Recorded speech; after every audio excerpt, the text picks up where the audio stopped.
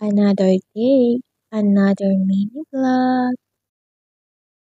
Ito nga pala yung lababo namin mga mare. Sabi ko nga sa asawa ko ay ayusin na niya. Akala ko nga nung una iko-kontra siya pero abay hindi. Nakikita niya siguro na kailangan na nga talagang ayusin. Kaya ayan sinimulan na niya yung paghahalo ng semento. Nag-Yossi break nga siya dyan mga mare at tinutusan niya ako maghalo. Abay mga mare, pag wala ka nga talagang budget pati paghahalo ng semento yung nagagawa mo na. At dahil nga nakabukod na kami mga mare ay balak ko sanang gawing team puti at team kahoy ang bahay. Dami ko kasing napapanood ng mga mami dito sa TikTok na team puti. Napakaaliwalas nga kasing tingnan at napakagandang tingnan ng kanilang mga bahay. Kaya for the inggit ang person mga mare. Nilalagay na nga ng asawa ko yung nahalo niyang semento.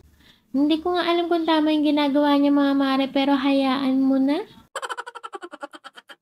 Hindi naman daw kasi siya skilled na mason. At kung itatanong niyo mga mare kung bakit mababa yung lababo namin, ayan din ang tanong ko sa asawa ko.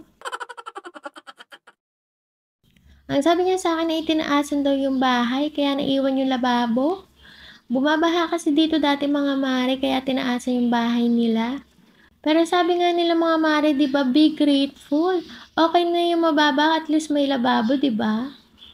Pinahiram lang nga kasi itong bahay sa amin ng biyanan ko mga mare. Mas matanda pa nga itong bahay na to kaysa sa asawa ko. Kaya ganyan na din ang itsura niya. Nagkabitak-bitak na nga din pala yung mga pader niya mga mare gawa ng lumindol dito ng malakas.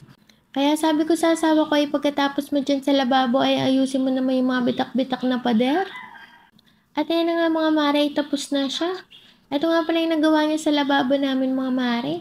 Isa naman na din yung bintana dyan ay gawa na nga ng nabitak na din yan. Naparami nga daw kasing halo niya ng semento mga mare at hindi na pwedeng tigilan kasi titigas. Kaya kailangan daw ubusin. Ginabi na nga kami dyan mga mare, gawa ng hapon na kami nagsimula. Trabaho kasi sa umaga yung asawa ko. Nag-walis na lang nga ako dyan mga mare at bukas ko na aayusin ang mga gamit. Yun lang. Bye!